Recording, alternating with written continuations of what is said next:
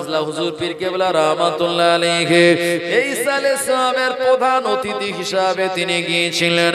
এই জায়গায় হাজার হাজার লক্ষ লক্ষ মানুষ ছিল বাবা।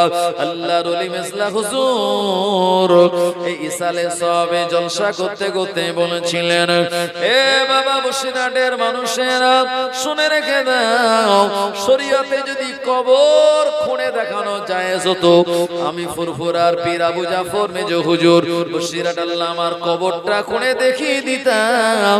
আজ থেকে 40 বছর আগে তানাকে যেভাবে দাফন দেয়া হয়েছে, 40 বছর পর আমার আল্লাহ তানার লাশটা আজ অক্ষত অবস্থাতেই রেখেছেন। আরো জোরে বলেন সুবহানাল্লাহ। ও জওয়ানেরা যুবকেরা, আল্লাহর ওলি বসিরহাট আল্লামা মুজাদ্দিদুজ জামানের হাতে হাত দিয়ে এমন সবক তিনি আমাল করেছিলেন, এমন ইলমে বাতিনের উচ্চ শিখরে পৌঁছে গিয়েছিলেন। বসিরহাট আল্লামার সঙ্গে স্বয়ং আল্লাহর ওলি বান্দা খিজির আলাইহিস সালাম মোলাকাত করেছিলেন। আরো জোরে বলেন সুবহানাল্লাহ। আদায় করে না নামাজগুলি, যদি জিজ্ঞেস করা হয় ভাই নামাজ পড়ো না কেন, জবাব দেয় সময় পাই না। কথা ঠিক কিনা?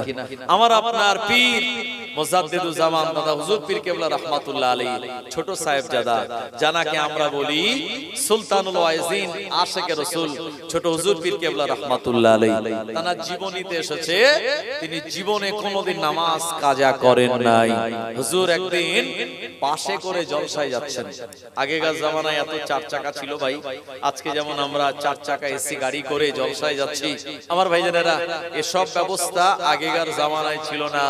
মুজাদ্দিদুজ জামান পায়ে হেঁটে জলসায় গেছেন, এমন করে পালকি চড়ে গেছেন, গরুর গাড়ি চড়ে জলসায় গেছেন, পায়ে হেঁটে কাদা চটকে জলসায় গিয়েছেন। এত কষ্ট করে তারা বাগান সাজিয়েছেন, আর সেই বাগানগুলি আজকে আমরা ফল তুলছি। আবার এই জলসা নামক এই যে একটা সমাজে, আমাদের সমাজে যেটা প্রচলিত আছে, এবং এই জলসাটা আমার ভাইজানেরা এরকম মিলাদ মাহফিল মুজাদ্দিদুজ জামানের আগে সব হতো না ভাই, এসব হতো না। মানুষ জানতো না জলসা কাকে বলে, যেখানে দিনের কথা আলোচনা হবে। মুজাদ্দিদুজ জামান বলেন, বাবা এই জলসা হওয়া মানে এটা বয়স্ক বুড়ো মানুষদের এটা মাদ্রাসা, সেখানে তারা অনেক কিছু শিখবে জানবে। তাই এই জলসাগুলি তিনি কায়েম করলেন। গ্রামে গ্রামে মেলা হতো, গ্রামে গ্রামে কি হতো, মেলা হতো, নাচানাচি হতো, গান বাজনা হতো, আর এইসব জলসা মাহফিল ছিল না। তাই এই জলসার যদি অবদান বাংলার জমিনে কারো থাকে, মুজাদ্দিদুজ জামান দাদা হুজুর পীর কেবলা রাহমাতুল্লাহ আলাইহির অবদান। একবার জোরে বলবেন না সুবহানাল্লাহ। কিন্তু আজকে বড় দুঃখের সঙ্গে বলতে হয়, আজকে আমাদের সমাজে অনেক জায়গায় এমন আছে সেই আগেকার রীতি রেওয়াজগুলি আবার নিয়ে চলে আসছে। কি আগেকার জলসায় মেলা হতো না, এখনকার জলসায় একদিকে জলসা, সেখানে লোকজনের সংখ্যা কম, আর অন্যদিকে মেলা, খাবারের দোকান, হাতে ছাপ, বেলুনের দোকান, ওড়নার দোকান, আপনার কত কিছু দোকান ভাই। সেখানে শত শত মেয়ে পুরুষ, তারা সব আপনার ছেলে মেয়ে ঠেলাঠেলি করে। কথা ঠিক কিনা? আপনাদের এখানেও দেখেছি একেবারে কম হয় না, এখানেও একদম মানে এখানে যা লোক তার 4 ডবল লোক কিন্তু মেলায় ঘুরছে। কথা ঠিক কিনা? আগেকার জামানায় জলসাগুলি না হয়ে মেলা হয়ে গান বাজনা হতো। দুঃখের সঙ্গে বলতে হয় আজকের যুগে আমরা সেই আবার আগের যুগের মতো সেই গান বাজনাগুলি ফিরিয়ে এনেছি। কথা ঠিক কিনা? আজকের যুগে বিভিন্ন জায়গাতে দেখা যায় যে জলসার আগের দিন গজল দেয়া হয়, জলসার আগের দিন শিল্পী এনে গজল দেয়া হয়। আর বর্তমানে যারা শিল্পী আমার ভাইজানেরা, তারা যে সব গজলগুলি বলছে, এবং সেই গজলের সঙ্গে দেখা যাচ্ছে নানান রকম বাজনার মতো ঝংকার আওয়াজ সেখানে হচ্ছে। আর নারী পুরুষ একসঙ্গে তাদের এই গজলগুলো শুনি, তারা এক জায়গায় শুনে, তারা নারী পুরুষ এক জায়গায় থেকে গজলগুলি তারা শুনে নানান রকম অনেক আনন্দ উপভোগ করছে। আমার ভাইজানেরা, এটা গজলের নামে কিন্তু গজব হচ্ছে। গজলের নামে কি গজব হচ্ছে। সুতরাং আল্লাহ আপনাদের হেফাজত করুক, এবং গজল দেওয়ার নামে নারী পুরুষদেরকে এক জায়গায় এনে এভাবে বাজনা বাজিয়ে বা বাজনার মতো ঢোলের মতো আওয়াজ দিয়ে এই গজলগুলি গাওয়া, যেটা শরীয়ত সমর্থিত নয়। আমার ভাইজানেরা, ও জওয়ানেরা, যুবকেরা, আমি আপনাদের যে কথা শোনাচ্ছিলাম, ফুরফুরা শরীফের ছোট হুজুর পীর কেবলা রাহমাতুল্লাহ আলাইহি জীবনে কোনোদিন আসরের নামাজ তানার কাজা হয় নাই। হুজুর আমার তিনি আর বাসে করে জলসাতে যাচ্ছেন, এমন সময় দেখা গেল এই বাসে যেতে যেতে আসরের নামাজের ওয়াক্ত হয়ে গেল। আল্লাহর নবী শুনিয়েছেন, মান তারাকা সালাতিল আসরি ফাকাদ হাবিতাত আমালুহু আও কামা ক্বালা আলাইহিস সালাম। আল্লাহর নবী জানিয়ে দিলেন, যে ব্যক্তির আসরের নামাজটা ছেড়ে গেল, ওই ব্যক্তির সারা দিনের আমল যেন বরবাদ হয়ে গেল। ফুরফুরা শরীফের মুজাদ্দিদুজ জামানের ছোট সাহেবজাদা ছোট হুজুর পীর কেবলা রাহমাতুল্লাহ আলাইহি এ সময় বাসের ভিতরে তিনি বসে বসে চিন্তা করেন, আল্লাহ, আমার কোনদিন আসরের নামাজ কাজা হয় নাই, আজকে বাসে করে আমি যাচ্ছি, আর যে জায়গায় আমি নামবো ওখানে নামতে গেলে অনেকটা সময় লাগবে, আসরের নামাজ আমার পেরিয়ে যাবে। ফুরফুরা শরীফের ছোট হুজুর পীর কেবলা রাহমাতুল্লাহ আলাইহি এ বাসের কন্ডাক্টরকে বললেন, বাবা, একটুখানি বাসটা দাঁড় করাও, আমি আসরের নামাজ আদায় করে নেব। বাসের কন্ট্রাক্টর বলছে, আরে ফকির সাহেব, তুমি কি পাগল নাকি? এত মানুষকে নিয়ে আমি যাচ্ছি, আর এই সময়ের ভিতরে আমায় পৌঁছাতে হবে, তুমি একা নামাজ পড়বে আর তার জন্য আমি বাসটাকে দাঁড় করাবো? হতে পারে না, এটা সম্ভব না। ফুরফুরা শরীফের ছোট হুজুর পীর কেবলা রাহমাতুল্লাহ আলাইহি, আপনারা দেখেছেন তো ছোট হুজুরকে? কারা কারা দেখেছেন একটু হাত তোলেন তো বাবু। ও মাশাআল্লাহ, এতজন, তার মানে সব ছোট হুজুর পীর কেবলা রাহমাতুল্লাহ আলাইহির মহব্বতের মানুষ আপনারা, কথা ঠিক কি না? হুজুরকে আমার আল্লাহ অনেক শান ও মান দিয়েছিলেন। এ সময় ছোট হুজুর রাহমাতুল্লাহ আলাইহি এ সময় বাসের ভিতরে বসে বসে চিন্তা করছেন আর বলছেন, আল্লাহ আল্লাহ, আমার আসরের নামাজটা আজকে চলে যাবে, কাজা হয়ে যাবে। এই আল্লাহ বলে একবার আওয়াজ দিয়েছেন, আর হঠাৎ করে দেখা গেল সেই বাসের চাকা হঠাৎ করে বিরাট আওয়াজে বাস্ট হয়ে বাসটা ঝাঁকাতে ঝাঁকাতে একটা জায়গায় দাঁড়িয়ে গেল। আমার ভাইজানেরা, ও নবীর উম্মত উম্মাদানিরা, এ সময় বাসের ড্রাইভার তিনি সিট থেকে নেমে দেখতে পেলেন বাসের চাকাটা ব্লাস্ট হয়ে গিয়েছে। এ গাড়ি আর এই অবস্থায় চালানো যাবে না। যাত্রীগণেরা এক এক রকমের এক এক কথা তারা বলতে লাগলো। কন্ডাক্টর সাহেব সেও নেমে গেল ওই চাকাটাকে মেরামত করার জন্য। ও নবীর উম্মতেরা, আল্লাহর ওলি ছোট হুজুর পীর কেবলা রাহমাতুল্লাহ আলাইহি আল্লাহ পাকের শুকরিয়া আদায় করে পাশ থেকে নেমে পাশে একটা ঝিল ছিল, ওই ঝিলে গিয়ে তিনি ওযু বানিয়ে তানার রুমাল ফেলে আসরের নামাজে দাঁড়িয়ে গিয়েছে। সুবহানাল্লাহ বলে। বাসের কন্ট্রাক্টর দেখছে, আরে এই তো সেই ফকির সাহেব আমার বলেছিল বাসটা একটু দাঁড় করাও, আমি একটু আসরের নামাজ পড়বো, আমি দাঁড় করাইনি, আর বাসের চাকা গেল ব্লাস্ট হয়ে। আর এখন এই ফকির সাহেব খুব মানে চিন্তা ভাবনা ছাড়াই খুব আরামে এই নামাজটা তো পড়ে নিচ্ছে। হুজুরের নামাজ পড়া হয়ে গেল, আসরের নামাজ কালাম পড়ে হুজুর তো জলসায় যাবেন। আর আগেকার দিনে জলসায় কি আগে আগে বেরোতে হতো, গাড়ি ঘোড়া এত ছিল না, রাস্তাঘাটের অবস্থা এত ডেভেলপ ছিল না। এ সময় ছোট হুজুর নামাজ কালাম পড়ে রোডের ধারে দাঁড়িয়ে আছেন যে একটা গাড়ি যদি আসে একটু হাত দেখাবো। আর তখন তো গাড়ি মানে কি, এখন গাড়ির জ্বালায় রাস্তা পার হওয়া যায় না, আর তখন অনেক পর পর একটা করে গাড়ি। এমন সময় দেখা গেল একটা লরি আসছে রাস্তা দিয়ে। আল্লাহর ওলি ছোট হুজুর রাহমাতুল্লাহ আলাইহি হাত দেখালেন, বাবা একটু দাঁড়াও দাঁড়াও। এমন সময় লরি আলা দাঁড়ালো বটে, কিন্তু হুজুরকে বললেন, না না না, আমি আপনাকে নিয়ে যেতে পারবো না। কন্ট্রাক্টর দৌড়ে এসে বলল, ড্রাইভার এমন ভুল করো না, আমাকে বলেছিল নামাজ পড়ার জন্য একটু গাড়ি দাঁড় করাও, আমি দাঁড় করাইনি বলে আমার গাড়ির চাকা ব্লাস্ট হয়ে গিয়েছে। তাড়াতাড়ি দেরি না করে এই হুজুরকে নিয়ে যাও, তার গন্তব্যে পৌঁছে দাও। তুমি যদি হুজুরকে না নিয়ে যাও, তোমারও গাড়ির ক্ষতি হয়ে যেতে পারে। সুবহানাল্লাহ। আমার ভাইজানেরা, তিনি হলেন আমাদের পীর ছোট হুজুর পীর কেবলা রহমাতুল্লাহ আলাইহি। তানারই আওলাদের আওলাদ আপনাদের এই মাহফিলে আসবেন তিনি, কথা ঠিক কি না? আসবেন, তিনি দোয়া করবেন আপনাদের নিয়ে, এটাই সবচেয়ে বড় জিনিস। মুসলমান ভাইয়েরা আমার, জওয়ানেরা, যুবকেরা, আল্লাহর ওলি ছোট হুজুর পীর কেবলা রহমাতুল্লাহ আলাইহি তিনি মালদা জেলার জলসাতে গিয়েছেন। ভাই মালদা জেলায় একজন আল্লাহর ওলির মাজার আছে, যিনি সিরাজি নামক কিতাব লিখেছেন এবং মাদ্রাসায় পড়ানো হয় হেদায়েতুন নাহু বলে একটি কিতাব তিনি লিখেছেন। ওনার নাম হলো সিরাজউদ্দিন আখি রহমাতুল্লাহ আলাইহি।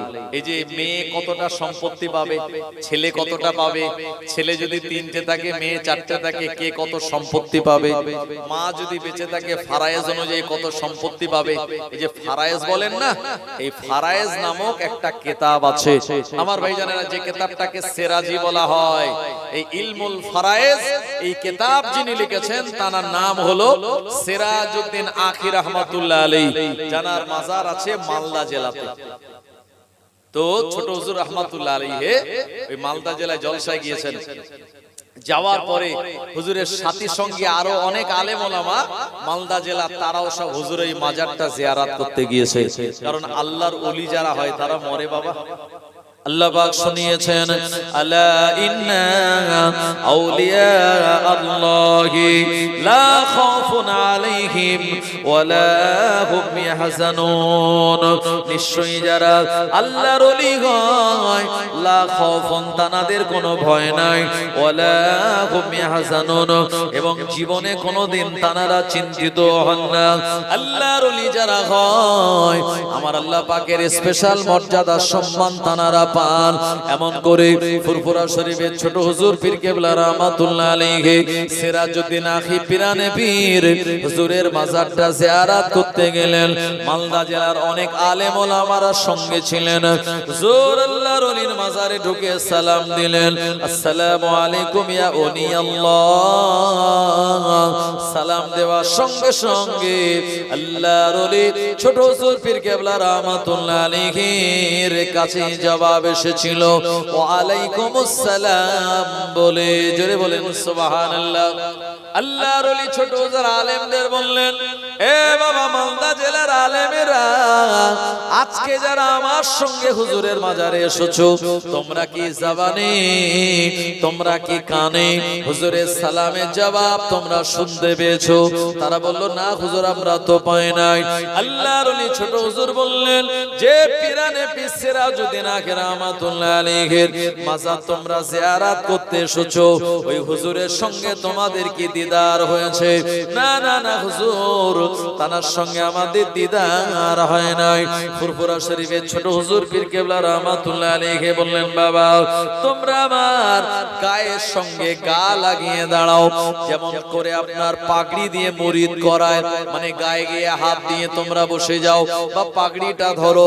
আল্লাহর ওলি ছোট হুজুর বললেন, বাবা আমার গায়ের সঙ্গে তোমরা নিজেদের শরীরটা লাগিয়ে দাও, এক জায়গায় কাছাকাছি তোমরা দাঁড়াও। এমন সময় তোমরা চোখ খোলা রাখবে না, চোখটা সবাই বন্ধ করে থাকবে।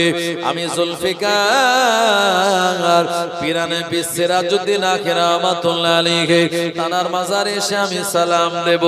আল্লাহর ওলি ছোট হুজুর যেমন বলে দিলেন, হুজুরের মাজারে যাওয়ার পর একে একে ছোট হুজুরের শরীরের সঙ্গে সবাই শরীরটা লাগিয়ে দাঁড়ালেন। আদবের সঙ্গে সবাই ইস্তেগফার পাঠ করে আল্লাহর ওলি যেমনটা বললেন তারা তেমন ভাবে দাঁড়ালেন। এরপরে তিনি আল্লাহর ওলি পিরানে পীর সিরাজউদ্দিন আখি রহমাতুল্লাহ আলাইহিকে সালাম দিলেন, আসসালামু আলাইকুম ইয়া ওলি আল্লাহ। এই সালাম দেওয়ার সঙ্গে সঙ্গে ওয়া আলাইকুমুস সালাম বলে যেমন জবাব এসেছিল, আর তদ্রূপ হুজুরের চেহারা মোবারকের সঙ্গে যারা চোখ বন্ধ করে আলেম ওলামারা দাঁড়িয়েছিল, তাদের সঙ্গে মোলাকাত দিদার হয়ে গেল। আল্লাহর ওলি ছোট হুজুর রহমাতুল্লাহ আলাইহি বললেন, বাবা চোখটা খোলো। সবাই চোখ খুললো। হুজুর জিজ্ঞাসা করলেন, বাবা আল্লাহর ওলিকে তোমরা কি দেখতে পেয়েছো?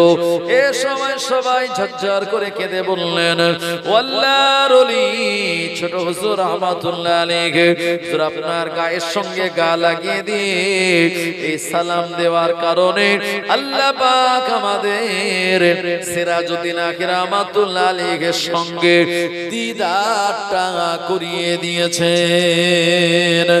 আরো জোরে বলেন সুবহানাল্লাহ। ও জওয়ানেরা, এজন্য আল্লাহর ওলিয়া ওলিয়া জানারা হয় তাদের বিরোধিতা করতে যাবেন না। আল্লাহ পাক শুনিয়ে দিলেন, যারা আমার ওলি বান্দাদের বিরোধিতা করে আমি আল্লাহ আমার সঙ্গে লড়াই করার জন্য তারা যেন প্রিপারেশন নেয়, আমার জন্য লড়াই করার জন্য তারা যেন প্রস্তুতি নেয়। এজন্য ওলিয়া ওলিয়া যারা হয় এরা আল্লাহ পাকের বন্ধু।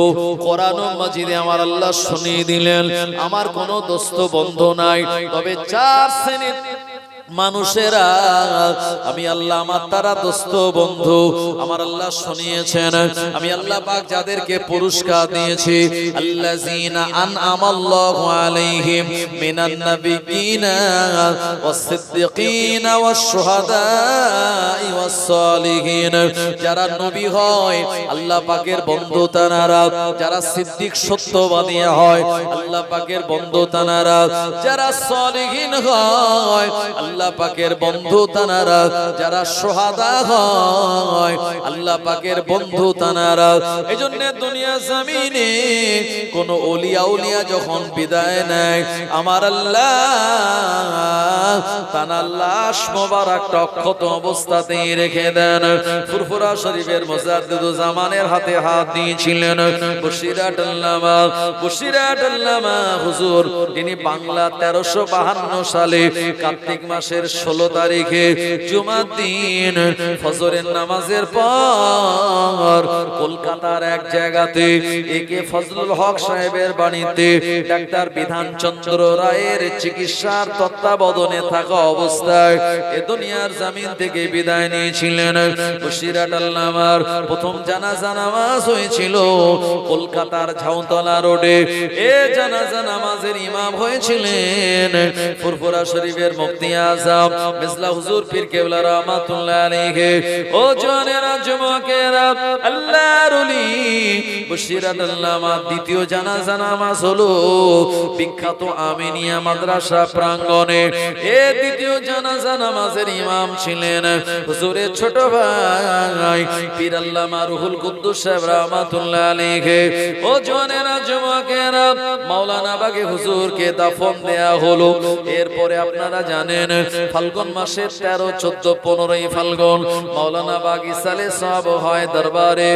এই সময় তৎকালীন জামানায় আল্লাহর ওলি মুফতি আযম মিসলা হুজুর পীর কেবলা রাহমাতুল্লাহ আলাইহি এই ইসালে সাহেবের প্রধান অতিথি হিসাবে তিনি গিয়েছিলেন।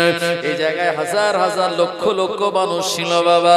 আল্লাহর ওলি মিসলা হুজুর এই ইসালে সাহেবে জলসা করতে করতে বলেছিলেন, এ বাবা বসিরহাটের মানুষেরা শুনে রেখে দাও, শরীয়তে যদি কবর খুঁড়ে দেখানো জায়েজ হতো আমি ফুরফুরার পীর আবু জাফর মেজো হুজুর বসিরহাট আল্লামার কবরটা খুঁড়ে দেখিয়ে দিতাম।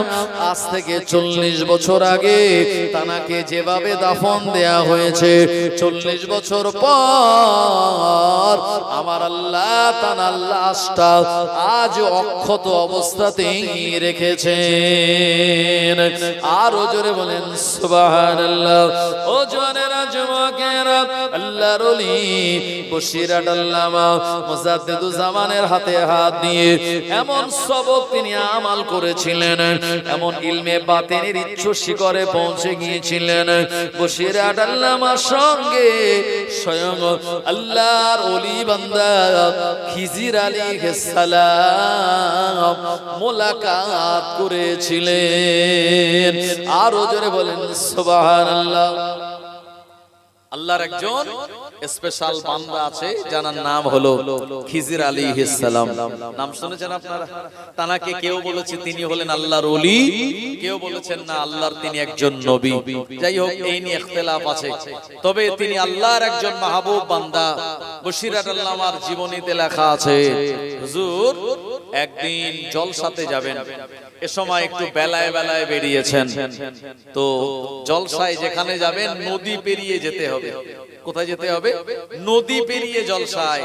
আর নদী পার হতে গেলে আগেকার জামানায় এত ব্রিজ ছিল না বাবু, সব নৌকা যোগে নদী পার হতে হতো।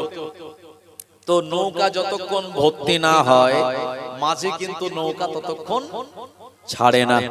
তো বশিরাত আল্লামা তিনি ওই নৌকাতে উঠেছেন, একটু প্রথমের দিকে উঠে দেখছেন নৌকাটা বেশ ফাঁকা। মাঝি বলছে হুজুর এক্ষুনি তো ছাড়া হবে না, লোকজন ভর্তি হবে, আমার মোটামুটি ওপারে নৌকা নিয়ে গেলে পুষিয়ে যাবে, তারপরে ছাড়বো। বশিরাত আল্লামা হুজুর রাত জেগে জলসা মাহফিল করেন, শরীরটা ক্লান্ত। হুজুর বলেন বাবা ঠিক আছে। তো হুজুর একটু নৌকার ওই মানে যে দিকটা সরু আপনার মাথার দিক, ওদিকটায় গিয়ে একটা রুমাল বিছিয়ে ওই জায়গায় তিনি একটু ওই ডান হাতের উপরে মাথাটা দিয়ে একটু শুয়ে পড়েছেন। অন্তত 20 মিনিট হোক 25 মিনিট হোক আধ ঘন্টা যদি লেট হয় তো আমি যদি একটু বিশ্রাম করতে পারি তো শরীরটা একটু আরাম হবে। তেমন সময় হুজুর ওই রকম নৌকার একটা সাইডে গিয়ে বিশ্রাম করছেন। ওয়েদারটা ভালো, কোন রকমের ঝড় ঝামটা হওয়ার ওয়েদার নয়। যেমন কদিন আগে খবর হলো যে টানা নামক এক ঝড় আসছে, হ্যাঁ আপনার বঙ্গোপসাগরে এই ঝড়ের উৎপত্তি হয়েছে এবং এই ঝড়টা আমাদের এই 9টা জেলা, যে জেলার উপর দিয়ে বয়ে যাবে বিরাট এক ক্ষয়ক্ষতি হয়ে যাবে। এই কারণে আপনারা জানেন সরকারি ভাবে নোটিফিকেশন দিয়ে 23, 24, 25, 26 এই 4 দিন অক্টোবরের 23, 24, 25, 26 স্কুল মাদ্রাসা কলেজ সব ছুটি দিয়েছিল। কথা ঠিক কিনা? তবে আল্লাহ হেফাজত করেছে, আল্লাহ আমাদের এই এলাকায় ঝড় দেয়নি, তবে একটু পানি দিয়েছিলেন এবং যে পানিটা গত 2 দিন ধরে একভাবে হয়েছিল। তবে ঝড় যে হয়নি তা নয়, হয়েছে আপনার উড়িষ্যার ওই দিকটাতে এই ঝড়ের ল্যান্ডফল হয়েছিল। যে দিকটা ল্যান্ডফল করেছে এই ঝড় সেদিকে ব্যাপকভাবে ক্ষয়ক্ষতি হয়ে গেছে। ভাই আপনারা জানেন 2020 সালে রমজান মাসের 26তম দিবাগত রাত, যে রাত ছিল লাইলাতুল কদর, নামাজ কালামের রাত, ওই রাতের বেলা 2020 সালে একটা বিরাট ঝড় বয়ে গিয়েছিল। যে ঝড়ের নাম ছিল কি? আমফান ঝড়। হ্যাঁ কি ঝড়? আমফান ঝড়। আমার ভাইজানেরা এই আমফান ঝড়ে একটা বিরাট ক্ষয়ক্ষতি হয়েছিল না হয়নি? ওই রকম যদি এবারও আসতো তো আমাদের বিপদ হতো কি হতো না? আল্লাহ আমাদের হেফাজত করেছে। তবে এই সমস্ত এলাকা ওলিয়াদের দিয়ে চারিদিকে ঘেরা। ওদিকে আপনি চলে যাবেন হাড়োয়ার জমিনে আব্বাস আলী রহমাতুল্লাহ আলাইহি, এদিকে কাশীপুরে আব্দুল সাত্তার সাহেব রহমাতুল্লাহ আলাইহি, এদিকে সোহাইর জমিনে দাউদ আকবর শাহ রহমাতুল্লাহ আলাইহি, এদিকে বশিরাত আল্লামা শাহ আলী সাহেব রহমাতুল্লাহ আলাইহি, এদিকে পান্ডুয়া সুলতানপুরে আল্লাহর ওলি, এদিকে ফুরফুরা শরীফের মুজাদ্দিদুজ জামান, ওদিকে মেদিনীপুরের আপনার যিনি হলেন হাজী মুস্তাফা মাদানী সাহেব রহমাতুল্লাহ আলাইহি। এভাবে করে চারিদিকে ওলিয়াদের সব মাজার, আর এই ওলিয়াদের বাউন্ডারির ভিতরে আমাদের বসবাস। এজন্য আল্লাহ আমাদের বড় বড় বিপদ আপদ থেকে হেফাজত করে। করোনা নামক এক ভাইরাস এসেছিল আপনারা জানেন। এই করোনার থাবা থেকে আমেরিকা, জার্মান, জাপান, ফ্রান্স, চীন এত ডেভেলপপূর্ণ রাষ্ট্র হওয়ার পরেও থাবা থেকে তাদের জনগণকে বাঁচাতে পারেনি। আর আমাদের এই এলাকাতে আল্লাহ পাক ইমানদার মুসলমানদের হেফাজত করেছিল না করেনি? এ সময় আপনার সোশ্যাল ডিসটেন্স আমাদের মেনটেন করতে হচ্ছিল, এমন করে মাস্ক ইউজ করতে হচ্ছিল, স্যানিটাইজার এটা ইউজ করতে হচ্ছিল, কিন্তু অনেকেই আমরা হয়তো ঠিকঠাক ভাবে করতে পারিনি। মসজিদে যাওয়াটা আমাদের জন্য মানা ছিল। পুলিশ প্রশাসনের অপেক্ষা করে আমরা আল্লাহকে রাজি আর সন্তুষ্ট করার জন্য মসজিদে গিয়েছিলাম। কারণ আমাদের ধারণা যেখানে আল্লাহর রহমত আছে ওখানে গজব নাই। তাই আল্লাহ আমাদের হেফাজত করেছিল না করেনি? জি আমার ভাইজানেরা, এইজন্য ওলিয়াদেরকে মহব্বত করা এটা আমাদের ঈমানি দায়িত্ব। আমরা তো ওলিয়া নয়, আমরা ওলিয়া, আমরা সব গুনাহগার। কথা ঠিক কি না? গুনাহগার আমরা। আমি সবথেকে বড় গুনাহগার, আপনারাও আছেন কম বেশি, সবাই গুনাহগার। গুনাহ আমাদের নেই এমন কেউ বলতে পারবে না বাবু। সুতরাং এই ওলিয়া জানারা তানারা এমন করে আল্লাহর মাহবুব বান্দা হয়ে এই গোনা থেকে নিজেদেরকে এমন ভাবে বাঁচিয়েছিলেন, শয়তান পর্যন্ত দেখে ওলিয়া ওলিয়াদের ভয় করত। জোরে বলুন। এই যে জিন যে সব আছে, এই জিন শয়তান ওলিয়া ওলিয়াদের নাম শুনলে ওরা বিরাট ভয় পায়। যদি কারোর বাড়ি জিন আসে আর সেখানে গিয়ে যদি বলা হয়, আমি মুজাদ্দিদুজ্জামান দাদা হুজুর পীর কেবলা রাহমাতুল্লাহ আলাইহির দোহাই দিয়ে বলছি, এটা ফুরফুরা শরীফের মতাদর্শের একজন মানুষের বাড়ি, মুজাদ্দিদুজ্জামানের নাম দিয়ে বলছি, তুই এই বাড়ি থেকে বিদায় হয়ে চলে যা। আল্লাহর কসম, এই মুজাদ্দিদুজ্জামান হুজুর পীর কেবলা রাহমাতুল্লাহ আলাইহির নাম দিয়ে বললে পরে জিনেরা ওই বাড়ি থেকে পালিয়ে চলে যায়। সুবহানাল্লাহ বলেন। আরেকবার জোরে হবে না? কারণ জিনেদের বাদশা দাদা হুজুরকে একটা চিঠি দিয়েছিল, কারণ হুজুর নিজে এক জিনকে ধরে এক আছাড় মেরেছিলেন আর জিনটা মারা গিয়েছিল। আছাড় মেরেছিলেন কেন? জীবনীতে এসেছে, দাদা হুজুর যাচ্ছেন সামনে দিয়ে আর হুজুর মুজাদ্দিদুজ্জামানের পিছনে যাচ্ছেন, আর এক বেয়াদব জিন। ভাই, মানুষের ভিতরে যেমন বেয়াদব আছে, জিনেদের ভিতরে আছে না নাই? আল্লাহ বলেছেন, খলাকাল ইনসানা মিন সলসলিন কাল ফাখর, আমি মানুষকে বানিয়েছি শুকনো মাটি দ্বারা, ওয়া খলাকাল জান্না মিন মারিজিম মিন নার, আর আমি জিনদেরকে বানিয়েছি ধোঁয়াবিহীন আগুন দিয়ে। আমার ভাইজানেরা, তো জিনেরা একটু বেশি বেয়াদব। এরা মুজাদ্দিদুজ্জামানের মাথার উপর দিয়ে যাচ্ছিল একজন জিন, হুজুর সহ্য করতে পারলেন না। এই তোর এত বড় স্পর্ধা, আমার আব্বা মুজাদ্দিদুজ্জামান পাশে এত জায়গা থাকতে আমার আব্বার মাথার উপর দিয়ে যাস? ধরে তাকে শাস্তি দেওয়ার জন্য জমিনে আছাড় মেরেছে যে সে একটু শাস্তি পাবে, কিন্তু এক আছাড়েই মুসা নবী চড় মারার মতো মারা গেছে। জিনেদের বাদশা এসে বলছে, চলে এসছে, এসে বলছে, আবু বকর দাদা হুজুরকে বলছেন, হুজুর আপনি বিচার করে দিন, আপনার এই বেটা নাজমুস শাহাদাত এ আমার সম্প্রদায়ের একজন জিনকে মেরে দিয়েছে। দাদা হুজুর বলেন, বাবা নাজমুস শাহাদাত সত্যি তো, কেন এটা হলো? আব্বাজান, আপনি হলেন জামানার মুজাদ্দিদ, আপনার মাথার উপর দিয়ে এই বেয়াদব জিন চলে যাবে, আমি আপনার বেটা হয়ে কেমন করে সহ্য করি? এজন্য তাকে মেরে ফেলার জন্য আমি আছাড় মারি না, একটু শাস্তি দেওয়ার জন্য মেরেছিলাম। আমারে আছাড়ে যে মারা যাবে আমি এটা বুঝতে পারি না। আল্লাহর ওলি মুজাদ্দিদুজ্জামান বললেন, বাবা এ জিনেদের সর্দার, তুমি বলো তোমার এই সম্প্রদায়ের জিন আমার সঙ্গে বিয়াদবি করেছে না করেনি? বললে হ্যাঁ করেছে।